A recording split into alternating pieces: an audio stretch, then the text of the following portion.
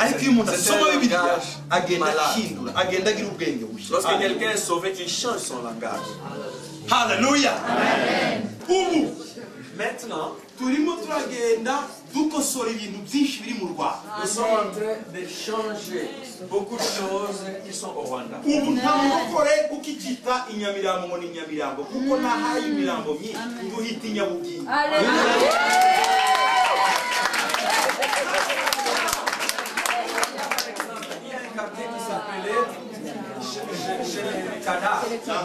L'endroit des cadavres. Mais on n'appelle plus ces quartiers l'endroit des cadavres, on appelle un endroit où il y a la vie. Ils ont dit les noms de certains lieux. Les chrétiens appellent plus cet endroit l'endroit des cadavres. Bien qu'il y ait beaucoup de cadavres.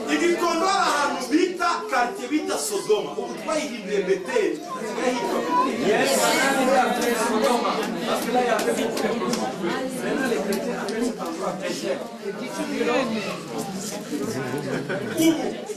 Maintenant, turimo turagerageza guhindura Bugesera kugira ngo ive izina Bugesera ikomeze yitwa Nyamata.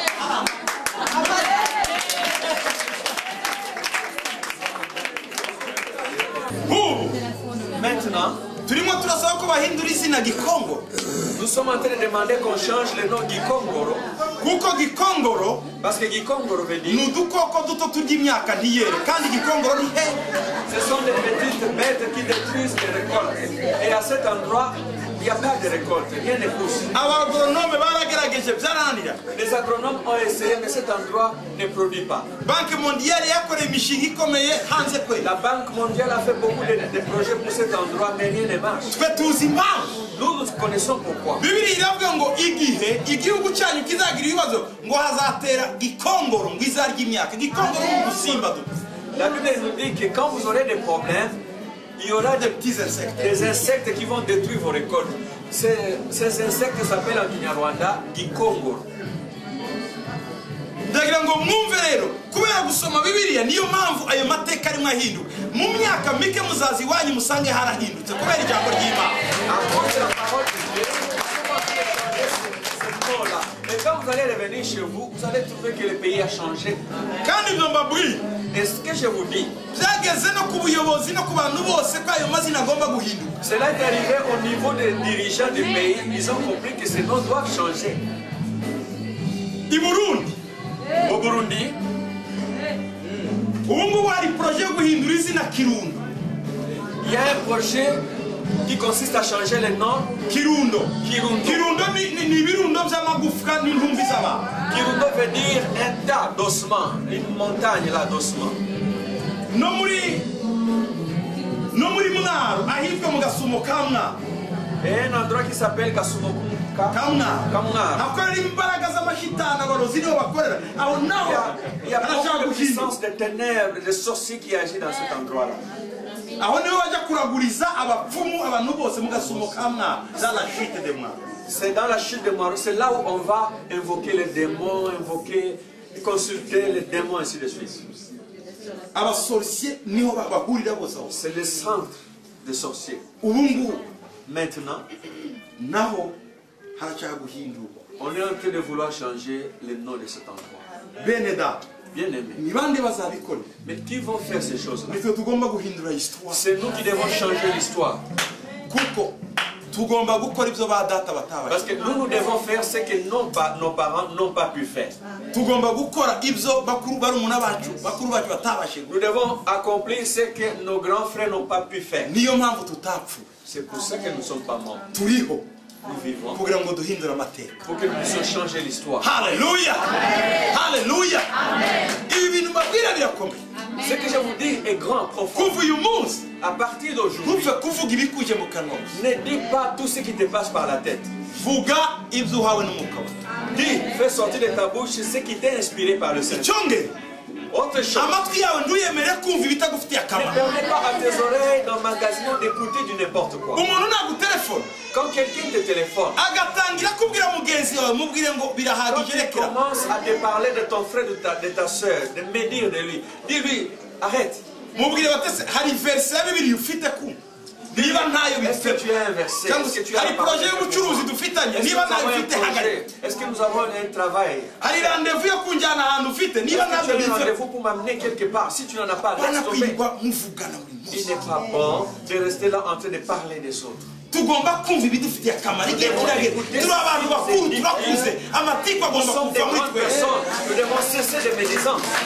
haleluya imyaka dufite Les années que nous avons, ibihe turimo l'âge, les temps que nous traversons, si iby'amatiku ce ne sont plus les temps pour médire. twakize jenoside ngo twirirwe dutikurana twarakize kugira ngo dukore ibifite akamaro Nous n'avons pas échappé les génocides pour commencer à dire du n'importe quoi. Nous avons été sauvés pour faire des choses utiles. haleluya icya gatatu Troisième chose, ugomba gutakaza inshuti zose zigusubiza inyuma tu dois abandonner des anciens amis qui te ramènent derrière. umuntu ugusubiza inyuma Quelqu'un qui te ramène en arrière. umuntu mudahuje kwizera Quelqu'un avec qui vous n'avez pas la même foi. genda umusezerere Va dire au revoir à cette umubwire personne. ati wowe urajya iwawe nanjye ngiye iwawe Dis-lui, tu as un chemin, tu as ton chemin et j'ai le mien. wewe wahisemo gukora shitani njye nahisemo Tu as gukora choisi de servir le diable, moi j'ai choisi de servir Dieu. haleluya za nshuti zirirwa zigupakira ibi byaha buri munsi buri ugataha umutima urisharije n'ifutu y'ibyaha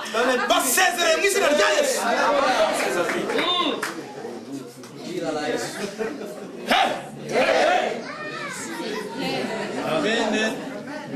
hari inshuti tugomba kureka kugira ngo dufate iyindi nshuti Il y a des amis que nous devons abandonner pour avoir d'autres.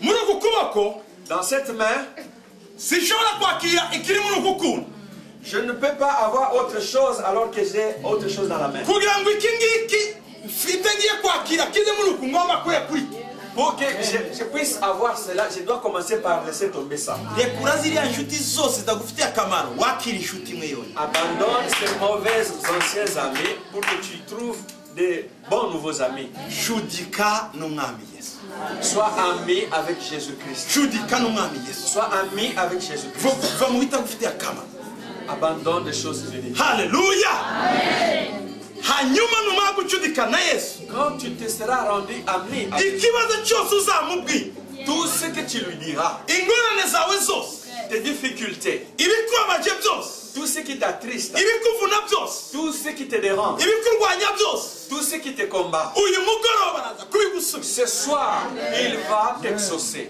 kuko waravanguye Parce que tu as fait la différence. abanyarwanda baravuga ngo reka kuvanga amasaka n'amasakaramentu Les Rwandais disent qu'il ne faut pas mélanger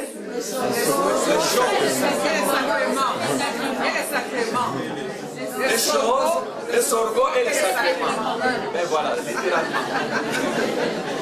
reka kuvanga amasaka n'amasakaramentu Ne mélange pas les sorgho et les sacrements.